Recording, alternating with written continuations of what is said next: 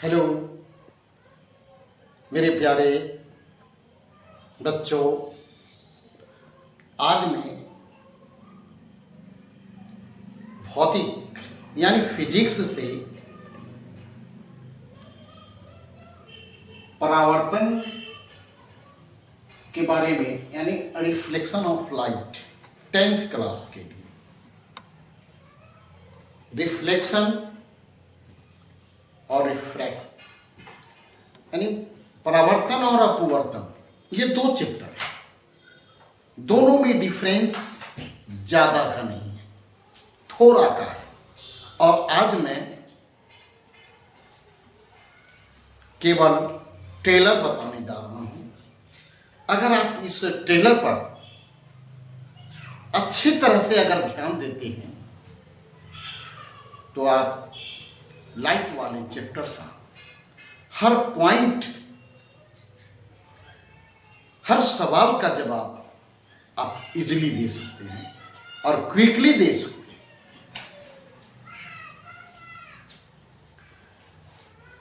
इसमें हम बहुत ही आसान टेक्निक से, आसान तरीके से मैं इसमें के सारी बातों को बतलाऊंगा, जिसमें चित्र के बारे में समझना सबसे ज्यादा जरूरी है। अगर आप चित्र समझ गए तो इसमें के अधिकांश बातों को समझ गए। जब कोई प्रकाश का रे आगे की ओर चलता है तो अगर हम उसके सामने आईना रखते हैं तो प्रकाश का रिफ्लेक्शन होता है, यानी कि परावर्तन होता है। लेकिन अगर हम आईना को न रख करके केवल कांच को रखें, जो आर पार देखा जा सकता है, प्रकाश का आर पार गुजरना संभव है, तब वहां पर परावर्तन न होकर के अपवर्तन होता है। जैसे किसी गेंद को दीवार से अगर हम टकराते हैं तो वह गेंद लौट जाता है। ये रिफ्लेक्शन है यानी परावर्तन है। लेकिन जब हम गेंद को फील्ड में फेंकते हैं तो कभी ईंटा से, कभी ऊंचे जमीन से, कभी पत्थर से, इस तरह से टकराकर अपनी दिशा को बदलते हुए आगे की ओर बढ़ता है, तब उसको कहते हैं अपवर्तन। तो प्रकाश का दो तरह से, प्रकाश के साथ दो तरह की क्रियाएं होती है। एक होता है परावर्तन और दूसरा होता है अपवर्तन। तो परावर्तन वह प्रक्रिया है जिसमें प्रकाश का किसी परावर्तक सतह से टकराकर लौटता है, अर्थात प्रकाश का परावर्तक सतह से लौटने की क्रिया को परावर्तन कहते हैं। और परावर्तन के दो नियम होते हैं और इस नियम को मैं इस नियम को मैं बाद में बताऊंगा। पहले हम इस चित्र से परिचित कराते हैं कि सूर्य प्रकाश, यह सूर्य प्रकाश से आने वाली किरण है और परावर्तक सतह तक आ रही है। तो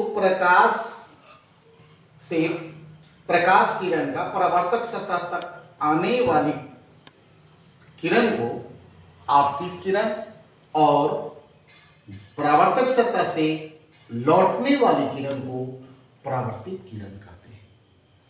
और एक बीच में है लंब, फिजिक्स में इसे अभिलंब कहेंगे।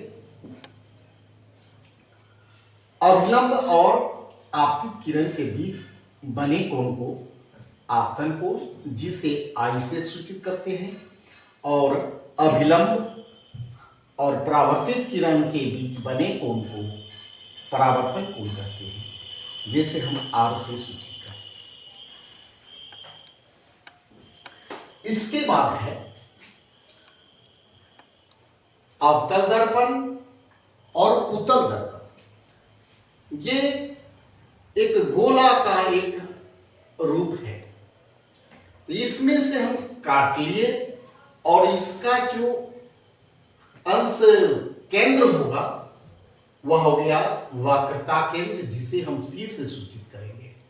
अब वक्रता केंद्र और ये पी है, जिसे हम ध्रुव कहेंगे। पी और सी के बीचों बीच जो पॉइंट बनता है वह होता है एफ, जिसे हम फोकस कहते हैं। तो इसमें 6 तरह का चित्र बनेगा और इस बड़े ही अच्छे टेक्निक से मैं इसे बताऊंगा कि किस तरह से ये 6 चित्र बनता है। पहला है कि ऊपर वाले जितने भी नंबर है वह बिंब का नंबर है और नीचे जितने नंबर है वह सभी प्रतिबिंब का नंबर है। बिंब हम जो हम दर्पण की ओर ले जाएंगे, प्रतिबिंब त्यों दर्पण से दूर हटेगी। यानी बिंब बस दर्पण की ओर तो प्रतिबिंब दर्पण से दूर। 1 नंबर से हम 1 नंबर को मिलाएंगे, 2 नंबर से 2 नंबर को मिलाएंगे। अगर इस तरह से नंबर मिलाते हुए अगर आगे बढ़ते हैं तो हम आसानी से हम कि वस्तु कहाँ रहेगा कि उसका प्रतिबिंब कहाँ और कैसा बनेगा। तो जब बिंब अनंत पर रहे तो प्रतिबिंब फोकस पर बनेगा और वस्तु से बहुत छोटा, वास्तविक और उल्टा। देख रहे हैं, प्रतिबिंब बिंब से बहुत छोटा बनता है। जब वस्तु अनंत और सी के बीच रहे तो प्रतिबिंब फोकस और सी के बीच वास्तविक उल्टा और वस्तु से छोटा होता है।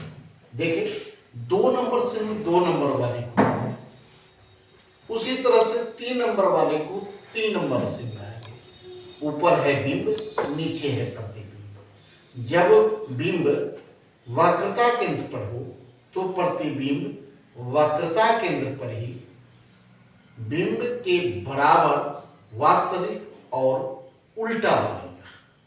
क्योंकि बिंब ऊपर है तो प्रतिबिंब नीचे, इसका मतलब है कि उल्टा। और जब वस्तु 4 नंबर से 4 नंबर को मिलाएंगे तो जब वस्तु वक्रता केंद्र और फोकस के बीच में हो तो प्रतिबिंब अनंत और वक्रता केंद्र के बीच बनेगा। क्योंकि ये 4 नंबर अनंत और वक्रता केंद्र के बीच में है और ये 4 नंबर वक्रता केंद्र और फोकस के बीच में है। तो जब बिंब वक्रता केंद्र और फोकस के बीच हो तो प्रतिबिंब अनंत और वक्रता केंद्र के बीच बनेगा। जब वस्तु या जब बिंब फोकस पर हो तो प्रतिबिंब अनंत पर वास्तविक उल्टा और वस्तु से बहुत बड़ा बनेगा। जब वस्तु फोकस और ध्रुव के बीच, ये जो है वह है फोकस और ध्रुव के बीच में 6 नंबर है। तो जब वस्तु फोकस और ध्रुव के बीच में हो तो प्रतिबिंब इस बगल नहीं बल्कि इसके जस्ट पीछे, दर्पण के पीछे काल्पनिक, सीधा और वस्तु से बड़ा बनेगा। इस तरह से हम देखें कि 1 नंबर से 1 नंबर को मिलाएंगे, 2 नंबर से 2 नंबर को मिलाएंगे, 3 नंबर से 3 नंबर को मिलाएंगे, 4 नंबर से 4 नंबर को मिलाएंगे, 5 नंबर से 5 नंबर को मिलाएंगे और 6 नंबर से 6 नंबर को मिलाएंगे। ये 6 नंबर वाला ही ये है बिंब और ये है प्रतिबिंब। यह है वास्तविक नहीं, उल्टा काल्पनिक, उल्टा नहीं, सीधा और काल्पनिक, अब वस्तु से परा। इस तरह से हम देखें कि अवतल दर्पण से 6 प्रतिबिंब कहाँ और कैसे बनेगा जब वस्तु भिन्न भिन्न दूरियों पर रहेगा तब। अब हम देखेंगे कि उत्तल दर्पण में ये अनंत से आने वाले किरण का सूचक है, समानांतर, क्योंकि अनंत से आने वाली किरण समानांतर ही होती है। तो समानांतर किरण का पुनः वह उसी दिशा में लौट जाता है, एक निश्चित नियम के अनुकूल लौटता है। और जब हम इसको पीछे की ओर बढ़ाते हैं तब जाकर के दोनों परावर्तित किरण, इसमें का ये आपतित किरण, परावर्तित किरण, इसमें का ये आपतित किरण, परावर्तित किरण, दोनों परावर्तित किरण को हम पीछे की ओर मिलाते हैं तब जाकर के मिलता है। इसका मतलब है कि उत्तल दर्पण से काल्पनिक प्रतिबिंब ही बनता है, जब अनंत पर हो तो फोकस पर ही बनता है। उसके बाद हम देखेंगे ये सिंबल ये बतला रहा है कि जो भी दूरी इस साइड का होगा, आपतित प्रकाश के दिशा में जब होगा तो प्लस वह दूरी धनात्मक, और उसके विपरीत दिशा में होगा तो ऋणात्मक। कोई भी दूरी को हम P से नापते हैं, तो जब हम P से हम इधर की ओर नापेंगे, किरण आ रही है इधर से इधर की ओर, बाएं से दाएं की ओर, और हम दूरी नाप रहे हैं दाएं से बाएं की ओर, विपरीत नाप रहे हैं तो विपरीत दिशा में नापी गई दूरी ऋणात्मक और आपतित प्रकाश की दिशा में नापी गई दूरी धनात्मक होती है। इस ऋणात्मक और धनात्मक का बहुत महत्वपूर्ण स्थान है आंकिक बनाने के समय। अब इस तरह का भी आंकिक होता है, इस तरह का रहे तो यहां से ऊपर धनात्मक, यहां से नीचे ऋणात्मक, यहां से दाएं धनात्मक, यहां से बाएं ऋणात्मक। तो हम ये धनात्मक ऋणात्मक कौन किस स्थिति में बनेगा इस पर ध्यान देंगे, तभी हम आंकिक सवाल को आसानी से बना सकते हैं। अब कुछ महत्वपूर्ण संकेत एवं सूत्र के बारे में बताएंगे। कोई भी दूरी कहां से नापेंगे, तो कोई भी दूरी ध्रुव से ही नापते हैं। एफ को मैंने पहले बताया फोकस, सी को वक्रता केंद्र, पीएफ को फोकस दूरी या फोकसांतर कहते हैं। इसे एफ से लिखते हैं। पीसी को वक्रता त्रिज्या, पीसी वक्रता त्रिज्या, पीएफ फोकस या फोकस दूरी या फोकसांतर, और वक्रता त्रिज्या को आर से लिखेंगे। यहां पे वस्तु है, इसीलिए पीए को बिंब दूरी या वस्तु दूरी कह सकते हैं और इसे यू से लिखते हैं। प्रतिबिंब यहां पे बन रहा है, इसलिए पीबी डैश को प्रतिबिंब दूरी और इसे भी से लिखते हैं। पीए वस्तु दूरी या बिंब दूरी जिसे यू से लिखते हैं, पीबी डैश जिसको प्रतिबिंब दूरी या भी कहते हैं।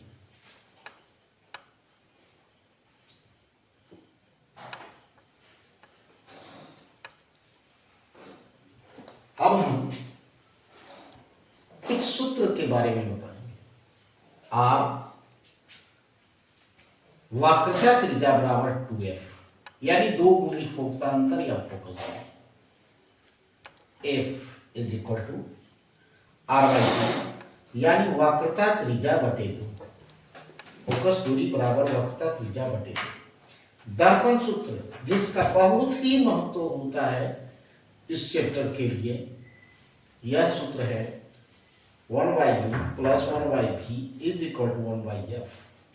इस सूत्र से हम वस्तु दूरी, प्रतिबिंब दूरी या फोकसांतर तीनों में से अगर कोई भी दो मालूम रहे तो हम तीसरे का मान इस फॉर्मूले के माध्यम से निकाल सकते हैं। एक और लास्ट पॉइंट है, आपतित प्रकाश की दिशा में मापी गई दूरी धनात्मक और विपरीत दिशा में मापी गई दूरी ऋणात्मक होती है, जो पहले बता चुके हैं। अगर इस दिशा में है तो इधर आ गया धनात्मक, और ये विपरीत दिशा में, विपरीत दिशा कैसे समझेंगे, तब P से ही हम कोई दूरी नापेंगे। तो हम इधर नाप रहे हैं और आपतित प्रकाश इधर की ओर है, इसलिए विपरीत दिशा हो गया इधर वाला जो ऋणात्मक, और ये है इधर बाएं से दाएं की ओर आप नहीं है आपतित किरण, और इधर वाला दूरी भी हम P से इधर की ओर नापेंगे तो हो जाएगा धनात्मक। और अवतल दर्पण में एक ही होता है, वह होता है छठा चित्र, जब वस्तु फोकस और ध्रुव के बीच में हो तो प्रतिबिंब दर्पण के पीछे बनता है, और यहां पर जो प्रतिबिंब दूरी होगा वह होगा धनात्मक। तो आज के इस